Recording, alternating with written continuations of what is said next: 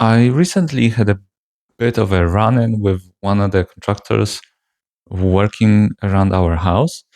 And even though he was there to uh, do a job I hired him for, he started lecturing me.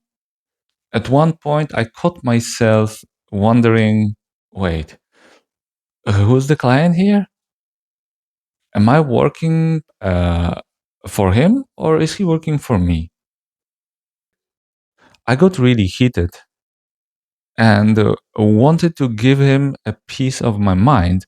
And let's just say I was not planning on using polite language. And part of me wanted to put him in his place, but another part of me felt this weird need to convince him that I was right, that I'm actually a good, reasonable guy. Later that evening, while I was replaying the whole thing in my head, I realized how strange and maybe even a little pathetic it was. Why was I trying so hard to get a total stranger to like me? As if his opinion had a real impact on my own well being. If you've ever found yourself in a situation like that, stick around. I'm convinced that what I'm sharing in this video will really hit home for you. If you're looking for a way to break free from that constant need for approval, I think this video is going to give you the inspiration you need.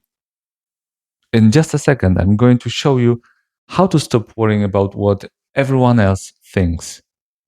But let's start from the beginning. Why does the opinion of others feels so heavy?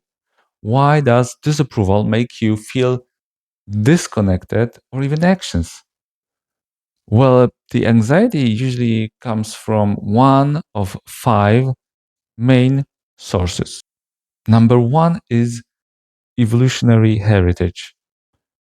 Back in the day, belonging to a group was a matter of life and death. Your safety and survival depended on it. That's why, even today, the need for group acceptance is hardwired into your DNA. Number two is childhood conditioning. So, most of us were raised to be good and to follow the rules. Maybe your parents compared you to other kids who were better at something. Maybe you heard things like, I'm so ashamed of how you're acting. All of that follows you into your adulthood. You might be repeating those patterns without even realizing it. Being polite instead of standing your ground or following social norms instead of doing what's actually rational. Number three is the spotlight effect. We all focus a ton of attention on ourselves, our looks, our behavior, our progress.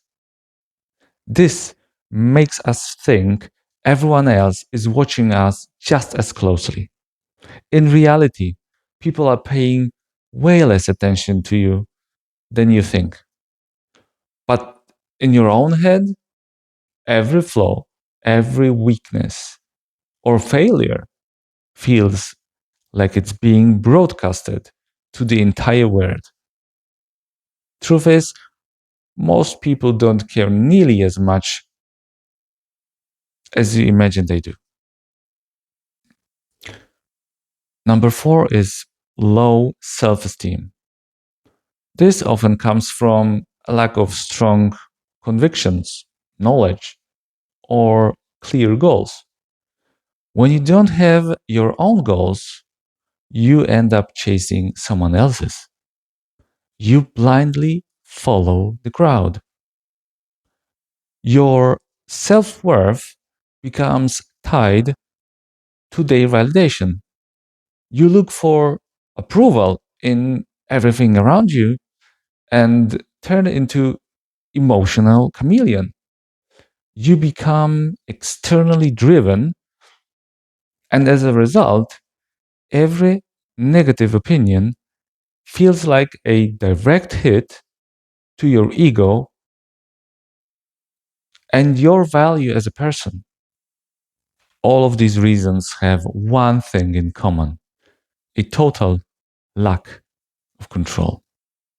Each one shows that someone else holds the power. You're letting something external decide whether you feel valuable, useful, or even cool. It's no wonder that causes frustration.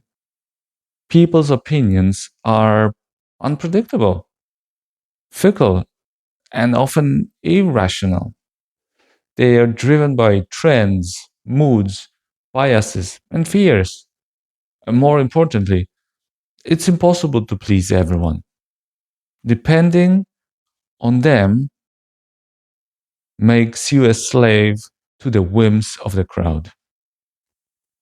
Let me give you an example involving my kids. When my two daughters argue, it usually ends with one calling the other stupid.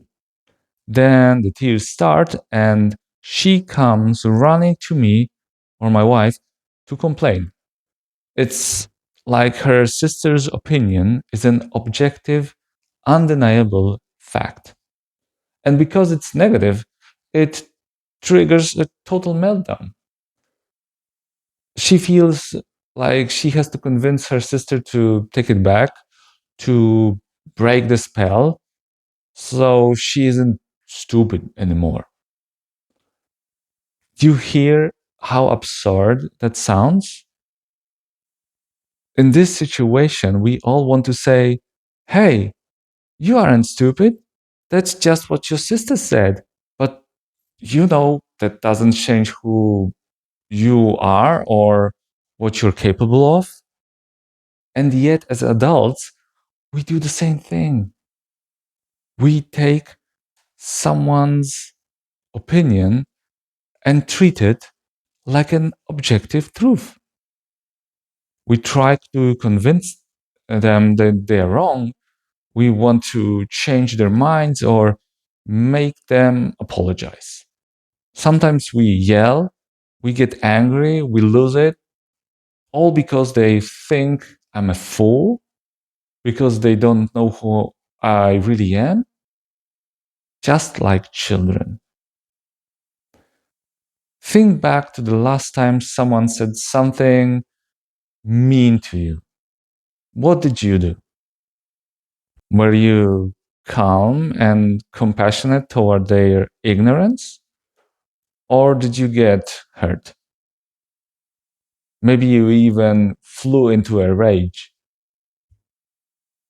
And it's not just about people offending you. Usually, just the idea of what people might think is enough to stop you from taking action. One of those four fears kicks in, and you start obsessing over their judgment. This is exactly what we want to get rid of. So, here's my method to help you start breaking free from that need and that fear. Number one, judge the judge. When that first thought of anxiety hits you, ask yourself, do I really want to live like the person whose opinion I'm afraid of? Associate with those who will make a better man of you. If the answer is no, then their opinion is worthless in this situation. Why would you take health advice from someone who's ill? If you wanted the secret to longevity, you'd ask someone living a long, healthy life. Or if you wanted to start a business, you would ask a respected entrepreneur. not a lazy brother-in-law. Number 2, accept that the crowd only sees the surface and you can't change that. People don't see the real you. They judge their image of you. If you don't fit that image, or if who you are challenges what they believe, you won't get their approval. They will withhold their approval if they do not recognize you as one of themselves. Stop treating their opinions as facts about you. Treat them as information about how limited their perspective is. You can't change how people think. You don't have access to their minds. Trying to control their thoughts is like trying to control the weather. It might be frustrating at first, but think about it. Could anyone change your opinion of them if you didn't want to change it? Then don't expect that from others. Number 3, find your guardian. Pick one person you truly admire. It could be someone close to you. It could be a historical figure or even a fictional character. Someone whose judgment you actually respect. Let's say a role model. If you don't have a solid point of reference like this, your default authority will always be the crowd. Choose as a guide one whom you will admire more when you see him act than when you hear him speak. Stop and think, what would my role model do in this situation? How would they act? What would they think of this? Follow your mentor's lead. As for everyone else's opinions, let them keep those for themselves. Number 4, confront the worst case scenario. Imagine the absolute worst thing that could happen. Often, we aren't afraid of the opinion itself, but the consequences, like being excluded or being alone. In reality, you're probably exaggerating those consequences in your head. They might never even happen. There are more things likely to frighten us than there are to crush us. We suffer more often in imagination than in reality. Is it worth worrying about those consequences? Are they even real? Are they worth more than your freedom and your happiness? If not, ignore them. Don't look down. Look straight ahead at your goal. Chase your dreams.